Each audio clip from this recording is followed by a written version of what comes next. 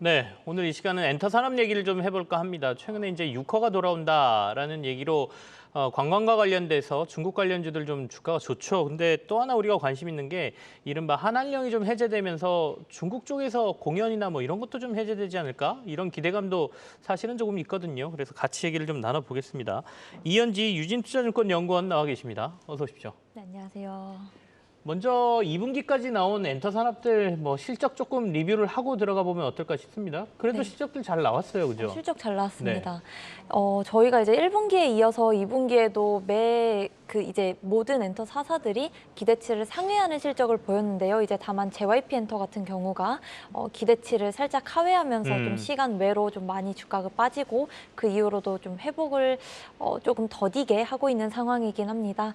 다만 1분기에 이어서 2분기가 이번 실적이 다 잘 나온 배경이 특히나 콘서트와 MD, 콘서트 매출이 2분기 때 모든 엔터사들이 굉장히 잘 나왔습니다. 네. 그 말은 다시 말씀드리면 이제 공연에서의 서프라이즈가 하반기에도 좀 실적을 끌고 갈 만한 이벤트다라고 보실 수 있겠고요. 공연이 잘 나오다 보니 당연히 MD도 잘 나오고 MD는 아시는 것처럼 이제 수익성이 좋은 매출이기 때문에 콘서트와 MD가 실적을 좀 견인했던 실적이다라고 말씀드릴 수 있겠습니다. MD가 뭘 MD라고 하죠? 옛날에 굿즈라고 얘기하던 그 머천다이즈 상품들을 의미하는데요. 이게 기존에는 뭐 콘서트장에서 응원봉 네네. 이것만 저희가 MD라고 생각을 할 수 있는데요. 네. 최근에는 되게 다양한 것들을 많이 팝니다.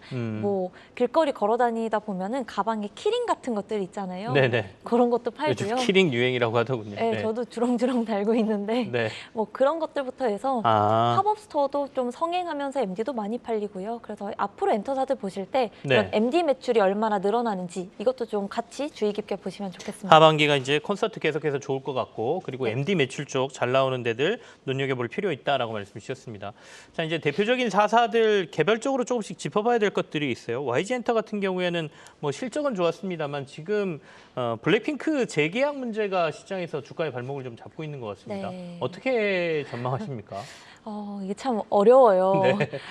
마치 이제 2년 전에 방탄소년단이 군대를 가나요 안 가나요와 네. 비슷한 상황인 것 같습니다.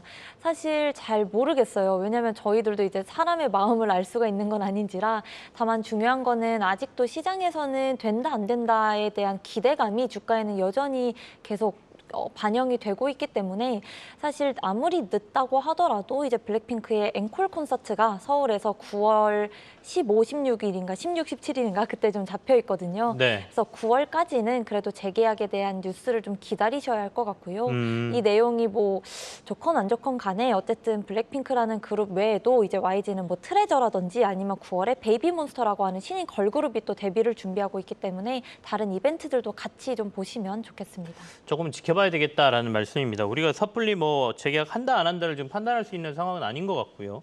그럼 JYP 쪽을 좀 볼까요? JYP는 이제 MSCI 지수에 편입이 됐습니다. 이거는 수급적으로 봤을 때는 장기적으로는 굉장히 좋을 거라고 생각하는데 편입되고 나면 도리어 약간 수급적으로 안 좋은 모습이 좀 보여지더라고요. 어떻게 봐야 맞습니다. 될까요?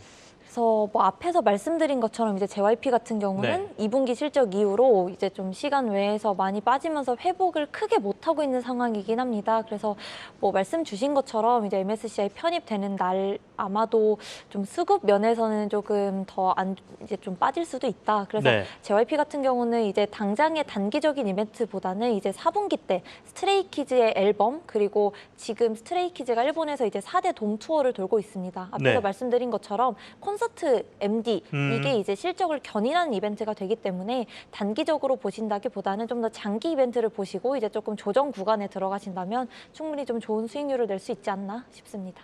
하반기 업황은 나쁘지 않다라고 보시나요? 그리고 앞서 제가 이제 중국의 공연 재개 가능성 이 정도 이건 확률적으로 어느 정도 될 거라고 보세요?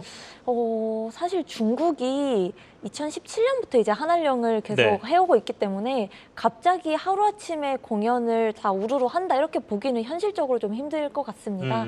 다만 이제 중국에서 만약에 공연이 가능한다면 사실 가장 큰 문제는 공연장 대관이겠고요. 이게 뭐 당장 붙는다고 하면은 만약에 하반기에 이제 중국에서 공연을 할 수 있게 된다라고 하면 상반기 때 이미 공연장 대관을 했었던 가수들 위주, 그렇다면 이제 중국인이 멤버로 있는 가수 위주로 좀 공연이 재개될 거라 보지만 중국에 대한 이벤트는 그래도 저희가 조금 더 좀 장기적으로 접근해야 되지 않나 싶습니다. 현실적으로는 이제 중국은 아직까지는 좀 기대감으로 좀 봐야 되는 이벤트이기 때문에요. 상징적인 한두 개 정도나 있을까 싶다 이런 말씀이시네요. 그죠? 네, 이제 참 된다면 좋겠지만 이게 현실적으로 아예 개방이 된다 이렇게 보기는 조금 어렵습니다. 그래서 중국은 여태까지 봐오셨던 것처럼 이제 하나의 기대감으로서 보셔야 하는 게 좀 맞는 것 같고요. 다만 중국 시장이 열리면은 말씀드린 것처럼 이제 거기서 뭐 앨범을 낸다거나 이런 것도 중요하겠지만 말씀드린 대로 콘서트 하반기 여파이 좋다 보는 거는 뭐 중국도 있겠으나 뭐 미국 시장에서 이제 처음으로 데뷔를 준비하는 걸그룹도 있고요. JYP 같은 경우는 A2K라고 하는 걸그룹이 이제 미국 데뷔를 준비하고 있고 아마도 올해 한 3분기 말 4분기쯤에 걸쳐서는 하이브에서도 네. 또 미국 걸그룹을 이제 준비하는 제작 발표회를 할 거기 때문에 이런 미국 시장에 대해서 좀 기대감을 건다라고 보면 하반기도 업황은 충분히 좋습니다. 네.